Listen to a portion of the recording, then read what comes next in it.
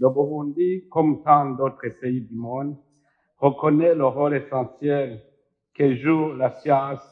et l'innovation technologique dans le développement.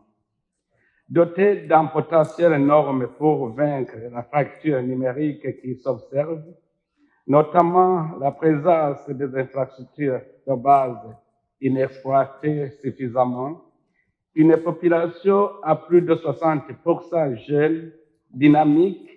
créative et innovatrice, un terrain vierge et un environnement propice pour les investisseurs porteurs de nouvelles technologies, le Burundi est confiant d'accélérer son essor technologique dans le même esprit de thème qui nous réunit aujourd'hui. Ainsi, je forme mon vœu que ce dialogue puisse nous permettre de prendre des solutions importantes et transformatrices aux défis causés par la marginalisation socio-économique, scientifique et technique qui freine le développement des pays du groupe G77 et la Chine. Excellences, Mesdames, Messieurs, à un an du 60e anniversaire du groupe 77 et la Chine, tous les regards sont tournés vers la réalisation de l'agenda 2030 dont l'évaluation laisse planer un sentiment d'inquiétude dans les pays en développement. En effet,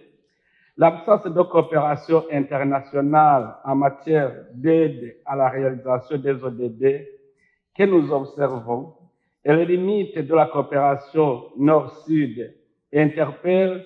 la grande famille du groupe des 77 et la Chine à adopter un nouveau mode de comportement international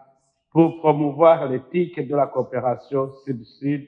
ainsi que les intérêts économiques des pays membres du groupe 77 et la Chine. Il est difficile de penser à l'agenda 2030 dans un contexte de coopération internationale marqué par un manque d'équité où le recours aux institutions financières internationales enfonce davantage les pays à faible revenu.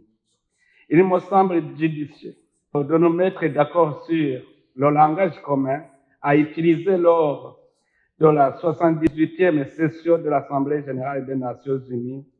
pour réitérer haut et fort et sans délai l'urgence et la nécessité de réformes financières internationales.